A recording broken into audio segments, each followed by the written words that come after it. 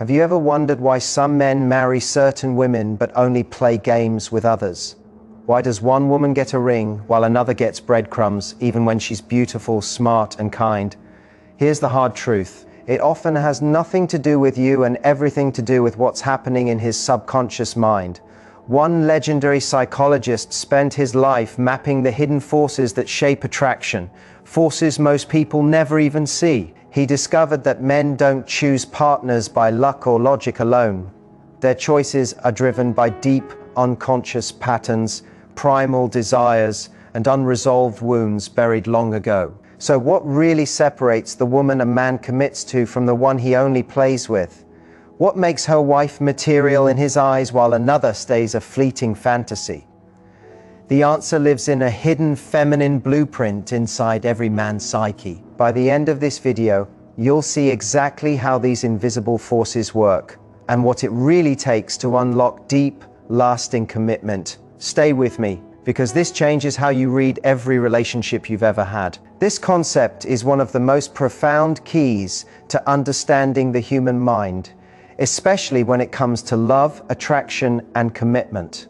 It represents the unconscious feminine side inside every man, an inner image shaped by his upbringing, his culture, his experiences, and even the echoes of his ancestors.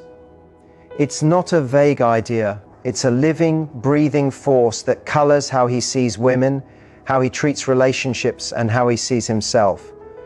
Because it works beneath the surface of his conscious thoughts, a man may have no idea how deeply it steers his choices. He just feels pulled towards some women, pushed away from others, and sometimes torn between two desires at once, all because of this hidden feminine presence living inside him.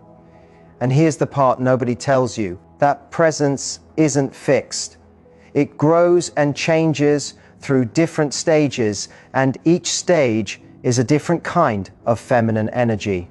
Early in his life, a man's inner image is shaped most by his mother or whoever raised him, and that shapes what he expects from nurturing, safety, and devotion. As he matures, that image expands to include other expressions: the seductress, the companion, the muse, the wise guide. But here's the crucial part. Men don't just see women as they really are, they project. They look at a woman and unconsciously assign her a role based on which energy she seems to bring out in him. This is why two men can meet the exact same woman and walk away with totally different feelings. One sees a future wife, the other sees a passing thrill. It was never really about her. It's about which part of his own inner world she reflects back to him. That single idea explains so much confusion in modern dating. Let's walk through the stages because they play out in real life every single day. The first stage is the nurturer. Think of her as the source of comfort and safety, the pure, devoted caretaker who offers unconditional warmth.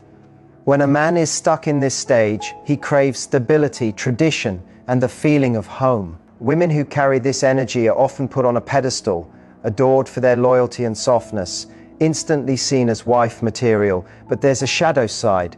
If a man stays trapped in this stage, he can struggle with passion. He starts to believe desire and love are separate things. He might marry the good girl and secretly ache for the excitement he believes belongs somewhere else. And that's when the quiet unhappiness begins. Then comes the seductress. This is where things get complicated. She represents raw magnetism, sensual allure, the intoxicating and unpredictable side of the feminine. The woman who lights a man up but doesn't fit neatly inside his picture of domestic life.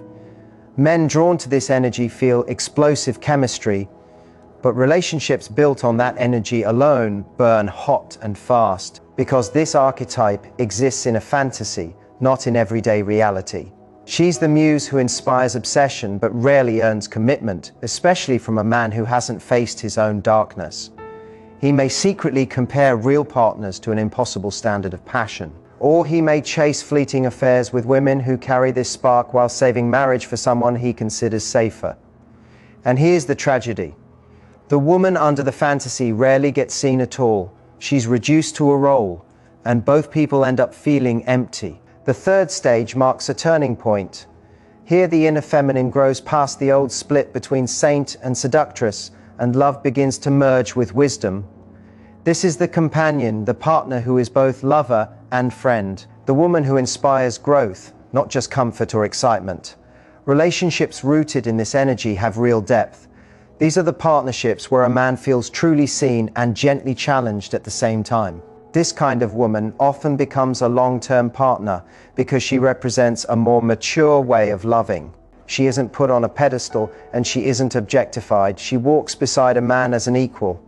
This is where real intimacy begins because the fantasy starts to dissolve.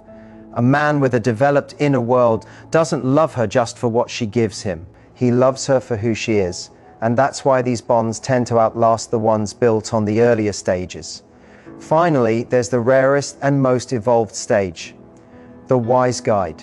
This is the feminine presence that goes beyond romance altogether. She isn't just a partner, she's a symbol of insight, creativity, and something sacred. Men who connect with this energy usually do so later in life, after they've stopped chasing validation and conquest. She inspires not just love, but transformation. She appears as a mentor, an artistic muse, or even as an inner voice, guiding him toward a higher version of himself. Relationships touched by this stage are less about possession and more about mutual growth. But because this energy lives beyond conventional romance, few men find her in a literal partner. Instead, she shows up in creative partnerships, in spiritual connections, or in the quiet wisdom of a marriage that has matured into something deeper. And here's the beautiful part. A woman is never just one of these. She contains all of them. The key insight is that men don't consciously pick these roles. They get drawn to them based on where they are in their own development. A man who hasn't reconciled his need for security with his hunger for passion will swing between the first two energies, committing to one while secretly craving the other. Another man, further along his journey, may seek the companion while meeting the wise guide in brief, profound connections that change his life without ever leading to a wedding ring. Understanding this isn't about labeling women or stuffing them into boxes. It's about realizing that attraction is rarely personal. When a man sees you as wife material or as just a fling, it says almost nothing about your worth. It says everything about which part of his own psyche you touch, and that is honestly freeing. But beneath all of this lies something even deeper, the dark room of the unconscious, old wounds and repressed parts of the self. What we deny in ourselves doesn't disappear. It leaks out into our relationships, often in destructive and contradictory patterns. A man who hasn't faced his shadow gets trapped in cycles of attraction that confuse everyone involved, including him.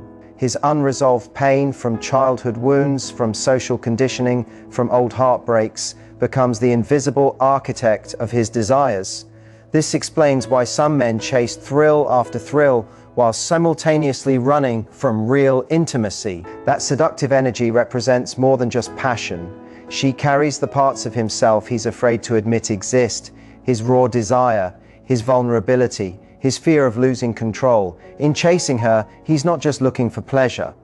He's trying to reclaim pieces of himself, even though he'll never realize it. This inner split shows up as a fear of vulnerability disguised as detachment. A man might enjoy passionate flings precisely because they feel safely unreal. They live in a fantasy space where he never has to face his deeper need for connection. The second a relationship starts to get real, the second it demands genuine openness, he pulls away or sabotages it, because his shadow holds buried fears of not being enough, of being swallowed up, of repeating the wounds he watched his parents carry. Until he brings those fears into the light, he'll keep recreating the same pattern. Intense attraction without real commitment, mistaking the rush of the chase for the comfort of love. Society makes this worse with an old and painful split, separating women into two categories: the pure one you respect and marry, the seductive one you desire and discard. It's not just a conflict about women. It's a man divided against himself, stuck at an early stage where the feminine is either all good or all consuming. This explains why some men can only commit to women they secretly resent, the sweet ones they respect but don't desire, while they save their passion for women they'd never take seriously. And the tragedy is that neither woman gets seen as a full human being. Both are reduced to symbols of his inner war. But there's a way out. It requires a man to face what he has disowned. Not just his dark desires, but his softness, his need to be held, his fear of being truly known. When a man does this work, something remarkable happens. The projections fade. He no longer needs to put women into boxes because he's no longer splitting himself. That seductive energy loses its grip on him because he's made peace with his own appetite. The safe and steady energy stops feeling like a cage because he's accepted his need for security without shame. This integration is what allows mature love to exist. A woman who can be both sensual and sacred. A commitment that doesn't kill desire, but deepens it. Now here's the empowering part. You are not powerless in any of this. You can't control which role a man projects onto you, but you can learn to see it happening and decide whether to play along. This isn't about changing yourself to fit some imagined ideal. It's about understanding the hidden forces so you can make conscious choices. Start with honest self-awareness. Ask yourself whether you're naturally expressing your nurturing side, your sensual power, your wisdom, or whether you're shrinking yourself to earn love. There's a huge difference between being genuinely soft and performing softness for a ring. When you operate from authenticity, you short-circuit the whole projection cycle. A man can't reduce you to a fantasy when you're grounded in your full humanity, and please don't use this as a manipulation playbook. Playing a role to trap a man backfires every single time. It's exhausting, it attracts people who love the mask instead of you, and it chains you to the very powerlessness you're trying to escape.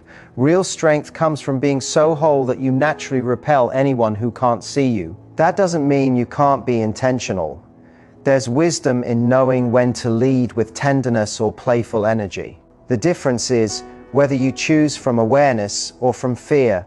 The healthiest relationships happen when both people are doing their inner work. That means having the courage to see and be seen, noticing when you're idealizing someone or being idealized, and gently bringing things back down to earth. It means having the hard conversations about needs, fears, and expectations. And it means patience, because real growth never ends. You can't force a man to face his shadows, but you can refuse to be collateral damage in his patterns. You can set boundaries when you feel reduced to a role instead of respected as a person. You can choose partners who are actively growing. And most importantly, you can build yourself so completely that no one's perception defines you. When a woman stands firm in her wholeness, she stops playing a role in someone else's story. She starts writing her own. And that's where real love begins. Not in the shadows of fantasy, but in the clear light of two people who truly see each other. So tell me, which energy do you feel most at home in? The gentle strength of the nurturer, the magnetic fire of the seductress, the balanced depth of the companion, or the quiet wisdom of the guide? Or do you move between them at different seasons of life? Drop a comment. Your story might help another woman see her own love life clearly for the first time. And if this resonated, like and subscribe, because there's so much more to uncover about how the mind shapes the heart. True power in love starts with awareness, the kind that transforms not just who you attract, but how you see yourself. Because when you stop seeing yourself through someone else's eyes, you become the rarest thing of all, a woman who defines herself. The most fascinating story isn't the one being projected onto you. It's the one you're writing for yourself.